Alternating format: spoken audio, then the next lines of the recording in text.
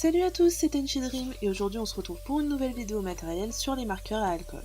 Je voudrais d'abord m'excuser pour ce léger retard sur cette vidéo, j'ai une vie bien rythmée en ce moment et j'avoue j'ai encore un peu de mal à trouver de la place pour tout. Mais bref, commençons. Au cas où vous ne l'avez pas déjà remarqué, les marqueurs sont vraiment ma technique préférée. Parce que je trouve qu'avec, on peut vraiment obtenir des résultats super satisfaisants relativement rapidement, avec une certaine liberté de rendu. On peut dégrader ou bien créer des contrastes forts, avoir un rendu très dur ou au contraire très doux, etc. Mais depuis que je les utilise, j'ai trouvé assez peu, voire pas, de vidéos réellement complètes sur les marqueurs. Et j'ai même parfois dû chercher des articles en anglais pour répondre à mes questions. Du coup, je me suis dit que j'allais faire ma propre vidéo, la plus complète possible, sur les marqueurs. Alors allons-y.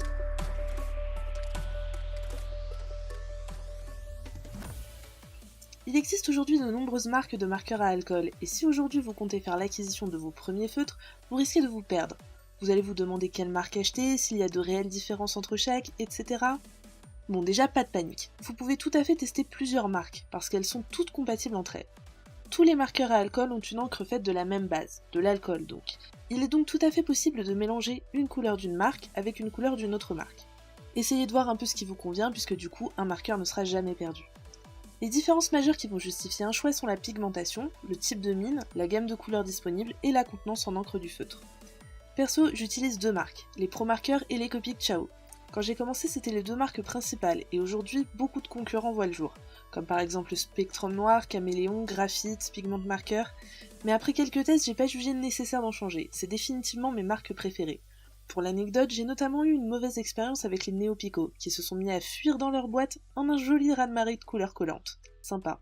Si vous voulez avoir de plus amples comparatifs entre les différentes marques de marqueurs, je sais que Tutodro a fait quelques vidéos sur le sujet. N'hésitez pas à faire un tour sur sa chaîne.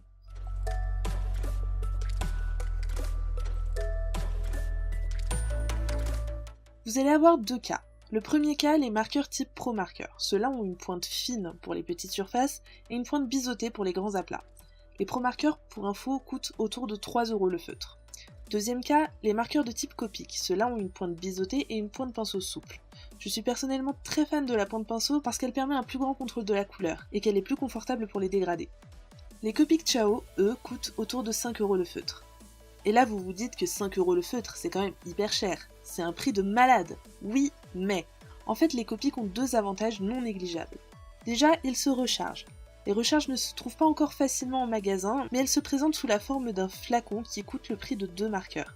Plus ou moins 10€ donc, mais qui permet de recharger jusqu'à 12 fois votre feutre.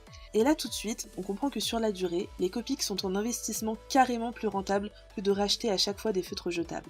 Deuxième avantage, les mines sont elles aussi changeables. Si votre mine est usée, pas de souci, vous la changez. Du coup, entre ça et la recharge, au final, vous rachèterez pas souvent des feutres. Pour résumer, je conseille les Copic comme investissement pour ceux qui sont certains d'adorer définitivement les marqueurs et de les utiliser sur le long terme.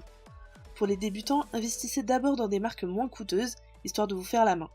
Je connais pas d'autres feutres à alcool qu'on puisse recharger comme ça, donc si vous en connaissez, n'hésitez pas à l'indiquer en commentaire parce que moi aussi ça m'intéresse.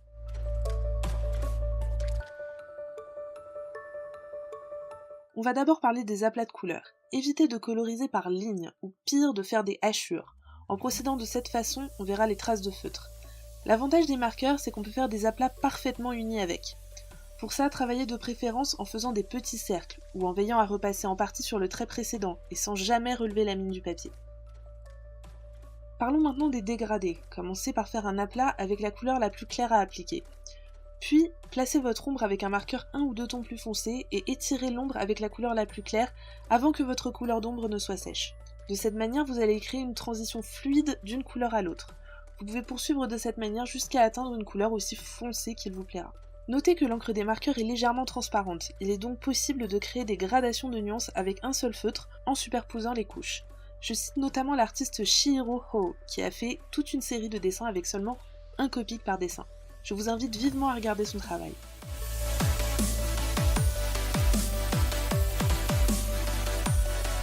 Premier geste, n'achetez pas un set de couleurs. En vrai, c'est un peu une arnaque parce que vous allez toujours vous retrouver avec au moins une couleur que vous n'aimez pas et que vous n'utiliserez presque jamais.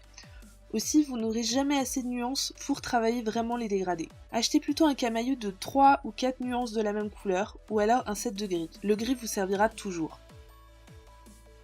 Deuxième geste, adoptez le bon support. Évitez comme la peste les papiers trop épais ou à grains qui absorbent l'encre de vos marqueurs comme un détraqueur absorbe les souvenirs heureux. Vous pouvez utiliser du papier 90 grammes classique pour imprimante, mais le mieux reste encore le layout qui est adapté aux marqueurs car il n'absorbe que très peu l'encre et que celle-ci ne percera pas. Je recommande pour ma part la marque Clairefontaine, et particulièrement leur papier spécial manga. Une autre alternative est le Bristol, c'est le seul papier épais que vous pouvez vous autoriser. Il n'absorbe pas trop l'encre non plus. Troisième geste, ouvrez votre fenêtre. C'est bête, mais les marqueurs, ça sent très fort, et si vous y passez du temps, l'odeur imprégnera tout. Je connais aussi des personnes à qui les vapeurs des marqueurs font tourner la tête, donc autant prendre des précautions. Quatrième geste, mettez une feuille blanche en dessous de la feuille sur laquelle vous allez travailler. L'encre a des chances de percer, et dans tous les cas, elle rend le papier légèrement transparent au moment où elle est appliquée. Si le support en dessous du papier n'est pas blanc, ça va fausser votre vision de la couleur que vous êtes en train de travailler. Cinquième geste, évitez de mettre de la couleur sur un croquis au crayon. Le crayon bave sous les marqueurs. Et oui, c'est incroyable mais c'est possible. Et en plus, une fois qu'on a mis la couleur sur du crayon, il devient impossible de gommer. Commencez par un ancrage propre et gommé. La plupart des liners sont résistants aux marqueurs, mais si vous utilisez autre chose, faites des tests avant. Pour les adeptes de la plume, les encres D-Letter et Kaimei sont résistantes aux marqueurs.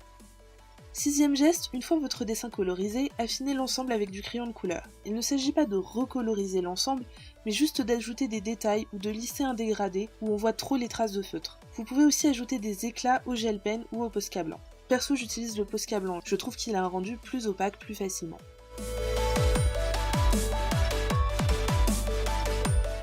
Les Copics demandent un entretien particulier si on veut les garder longtemps.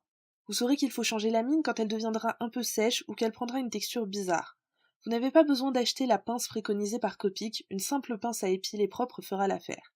Il suffit de retirer la mine usagée avec et de replacer la mine neuve de la même manière. Pensez à nettoyer votre pince une fois l'opération terminée, bien évidemment. Et si je peux, j'aime bien mettre quelques gouttes d'encre sur la mine, histoire de la remettre en condition d'utilisation.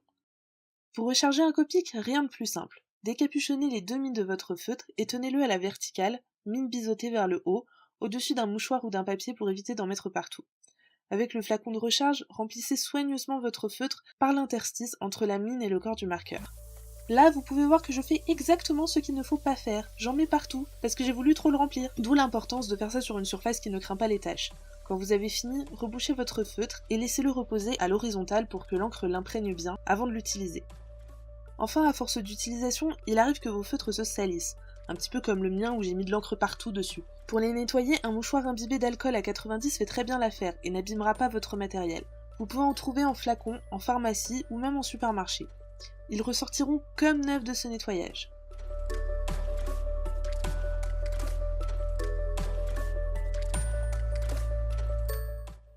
Voilà, c'est tout pour aujourd'hui, j'espère que cette vidéo vous aura plu, n'hésitez pas à poser vos questions en commentaire, ou même à ajouter vos propres conseils, mais surtout, n'hésitez pas à liker et à vous abonner.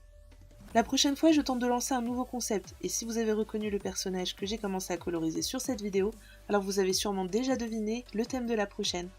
À bientôt!